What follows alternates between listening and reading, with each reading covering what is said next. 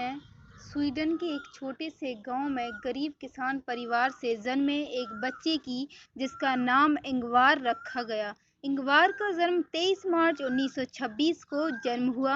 यह स्वीडन के इतिहास का एक ऐसा दौर था जब स्वीडन बहुत गरीबी और बदहाली की दौर से गुजर रहा था। उस समय स्वीडन की अर्थव्यवस्था की हालत काफी खराब थी। पिताजी किसान थे जिनकी अपनी ही जमीन थी। उसी जमीन पर वो खेती करते और उसी पे अनाज सब्जियां उगाकर अपना और परिवार का पेट पालते थे। उनका घर भी खेत की जमीन पर ही था। बाकी घर के खर्चों को चलाने के लिए इंगबार के पिताजी प्रायः जंगल जाते और वहां से अच्छी किस्म की लकड़ियां काट कर लाते और उन्हें बाजार में बेचकर कुछ पैसा कमा पाते थे। इंगबार जब कुछ बड़ा हुआ तो वह भी अपने माँ पिताजी के साथ खेत में कुछ ना कुछ काम करने लगा। इस तरह पूरा परिवार खूब मेहनत करता। इसके बाद इंगवार जब 5 साल का हुआ तो उनका दाखिला स्कूल में करवा दिया गया, जिसमें इंगवार को लेकर कुछ महीने बाद यह बात सामने आई कि इंगवार डिसलेक्सिया नाम की एक ऐसी बीमारी से पीड़ित है। यह एक ऐसी बीमारी है जिसमें शब्दों को पढ़ने तथा समझने में परेशानी आती है। तो फिर इधर पिताजी इंगबार के लेट उठने की आदत और डिसलेक्सिया नाम की बीमारी से परेशान थे, जिसको लेकर वह इंगबार को अक्सर गुस्से में बोल देते कि तू इतना लेट सोकर उठता है और पढ़ाई में भी कमजोर है। ऐसा ही रहा तो तू जिंदगी में कुछ नहीं कर सकता। पिता की यह बात इंगबार को बहुत चुभती। इंगबार पिता की इस बात को गलत साबित कर दिखाना चाहता था कि एक दिन वो जिंदगी में जरूर कुछ बड़ा करके दिखाएगा। अपनी इस लेट उठने की आदत से अक्सर स्कूल लेट पहुंचता, जिस वजह से मास्टर उसे खूब सुनाते। मास्टर और पिताजी की डांट से इंगवार एक दिन ठान लिया कि अब खुद की आदत को सुधार कर रहूंगा और मुझे अपने साथ के बच्चों से ज्यादा पढ़ना होगा ताकि मैं उन तक पहुंच सकूं। जिसके चलते इंगबार ने सुबह 5:30 बजे का अलार्म लगाया और अलार्म को स्टॉप करने वाला बटन तोड़ दिया। अब अलार्म बजने से रोज इंगबार 5:30 बजे पर उठ जाता। एक दिन सेल खत्म हो गया, सुबह अलार्म नहीं बजा, फिर भी इंगबार समय से पहले ही उठ गया। यह देख इंगबार अचंभा रह गया कि यह कैसे हुआ। अलार्म भी नहीं बजा और मेरी आंख अपने आप खुल गई। अब रोज सुबह जल्दी उठने की आदत के चलते इंगबार खूब मन लगाकर पढ़ाई करता ताकि वो इस डिसलेक्सिया बीमारी को भी हरा दे। 6 वर्ष की उम्र से इंगबार पढ़ाई भी करता और अपने पिता के साथ लकड़ियां लाने जंगल भी चला जाता। हालांकि यह उसके खेलने कूदने की उम्र थी, लेकिन अपनी जिद के चलते उसे अब खेल कूद भी कोई रुचि नहीं रही। उसके मन में बस एक ही धुन सवार थी, वो धुन थी कुछ बड़ा करने की।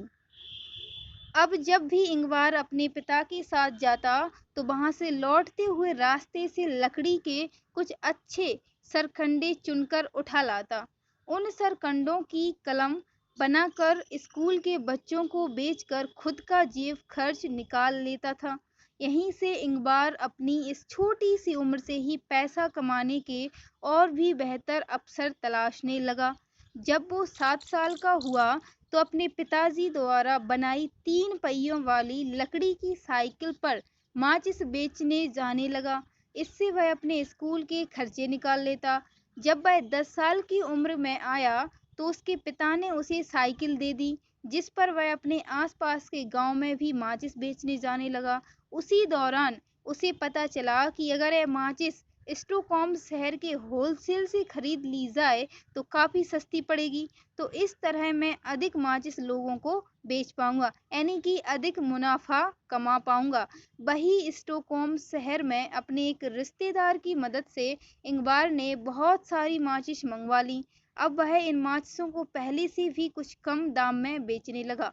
इस तरह इसमें भी इंगबार को सब खर्चे निकालने के बाद पहले के मुकाबले काफी पैसे बच जाते थे। लेकिन जब इंगबार 12 साल का हुआ तो अपनी इस आय से बड़ी कक्षा का खर्च निकालना मुश्किल हो गया।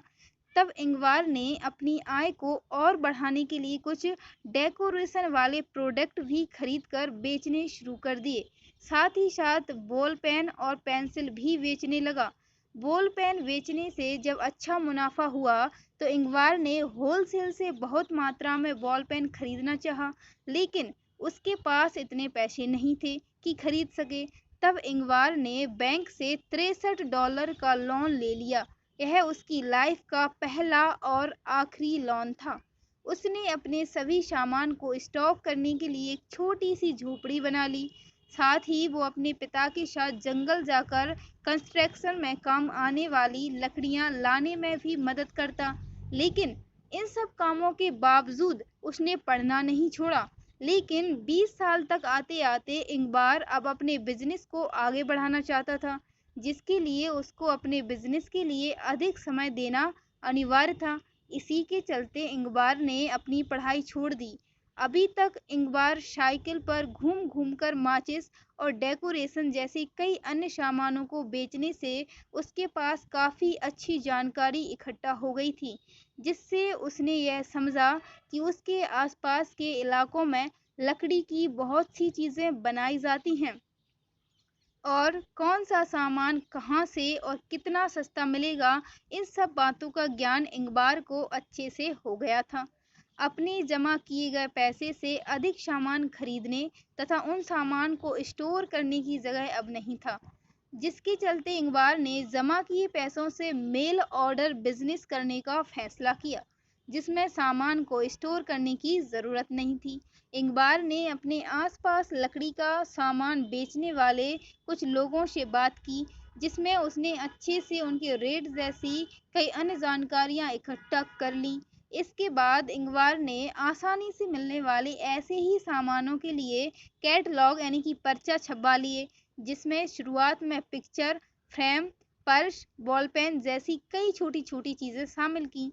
उस जमाने में इस प्रकार का बिजनेस आज के ऑनलाइन बिजनेस जैसा ही चलता था, जिसमें दूर दूर तक केवल कैटलॉग में छपी जानकारी के माध्यम से ऑर्डर लिया जाता था, फिर उसे मेल ऑर्डर से भेज दिया जाता था और पैसा भी डाक के जरिए भेज दिया जाता था। इंगबार बहुत कम मार्जिन पर बिजनेस करने में विश्वास रखते थे, जिससे कि ऑर्डर ज़्यादा आए और मैन्युफैक्चर से ज़्यादा माल खरीदने पर अधिक डिस्काउंट ले। धीरे धीरे इंगबार की इसी रणनीति से बिजनेस अच्छा चलने लगा। इसके बाद इंगबार के कैटलॉग में फर्नीचर जैसे बड़े सामान शामिल होने लगे और बॉल पेन जैसे छोटे सामान लिस्ट से गायब होने लगे।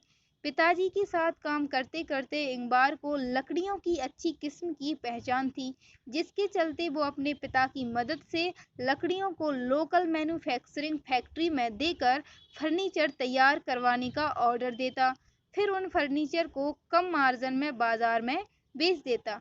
इंगबार के फर्नीचर की गुणवत्ता को देखते हुए बाजार में इंगबार ने फर्नीचर की डिमांड खूब बढ़ने लगी।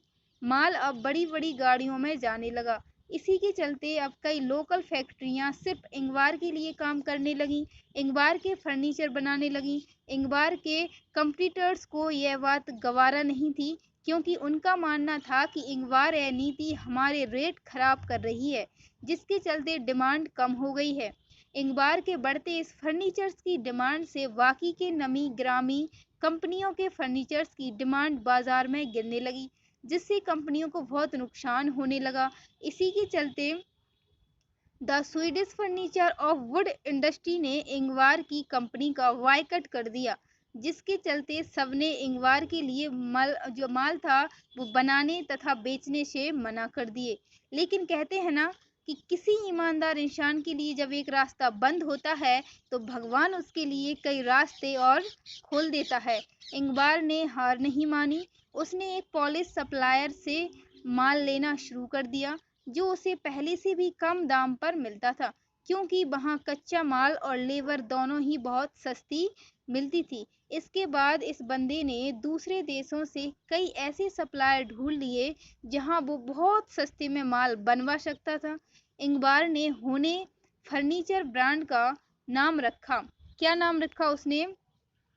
उसने रखा आइकिया फर्नीचर्स। क्या नाम रखा? IKEA furnitures. यही नाम कंपनी का अब इंगवार ने उन कंपनियों की वाट लगा दी, जो सोच रही थीं कि फेडरेशन द्वारा मेरे ब्रांड को बाहर निकाले जाने में कंपनी बंद हो जाएगी।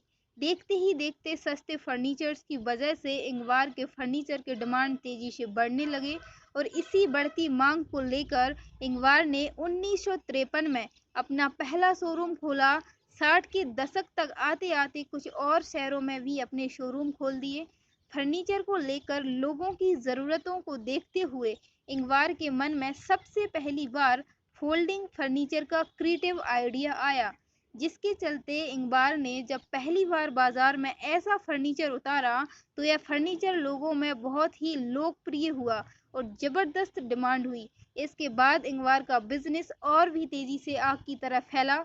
देखते ही देखते इंगवार ने अपना बिजनेस कई और देशों में चलाना शुरू किया और इस तरह पूरे यूरोप में इंगवार के फर्नीचर बहुत पसंद किए जाने लगे। इसके बाद ऐसे ही कम मार्जिन वाली स्ट्रेटजी पर काम करते हुए लोगों की ज़रूरतों और डिमांड के अनुसार कई प्रकार के बेहतर किस्म के फर्नीचर्स बनाने शुरू किए, फिर भी कम दाम पर। कहा जाता है कि जिस देश में भी इंगवार के फर्नीचर के शोरूम खुलते थे तो उस देश के लोकल फर्नीचर मार्केट की वाट लग जाती थी। इसका कारण यह था कि इंगवार के फर्नीचर्स अच्छी क्वालिटी के और कम दाम पर होते थे। फर्नीचर्स की क्वालिटी, डिज़ाइन और रेट के प्रति लोग बहुत आकर्षित होते थे और यह देखते ही देखते लोगों में बहुत लोकप्रिय हो जाती है। तो दोस्तों, यह वही इंसान था जो एक समय में डिस्लेक्सिया बीमारी का शिकार था, जिसे ताने मिलते थे कि तू जीवन में कुछ नहीं कर पाएगा। लेकिन आज इस इंसान की जिद के चलते उसके कई देशों में हजारों स्टोर, शोरूम और लाखों लोग इनके अंडर काम करते एम्प्लॉय हैं। इंगबार 91 साल की उम्र में स्वर्ग सिधार गए, लेकिन आज इनके बेटे और पोते इनके इस बिजनेस को अच्छे से आगे बढ़ा रहे हैं। इंगबार के फर्नीचर्स आइकिया के नाम से जाने जाते हैं। आइकिया भारत में भी अपने शोरूम और मैन्युफैक्चरिंग यूनिट्स खोलने वाली है। 2020 में यह हैदराबाद, मुंबई और गुरुग्राम जैसे बड़े शहर में अपने शोरूम खोल चुका है। अब तक यह कंपनी भारत में 800 करोड़ की इन्वेस्टमेंट कर चुकी है। अब तक 43 देशों के अंदर आइकिया के स्टोर खुल चुके हैं। तो दोस्तों, यही है, अपनी जिद ठान लीजिए तो आप कुछ भी कर सकते हैं। Thank you for watching this video. Channel को सब्सक्राइब कर लीजिए इसी तरह की वीडियो सुनने और देखने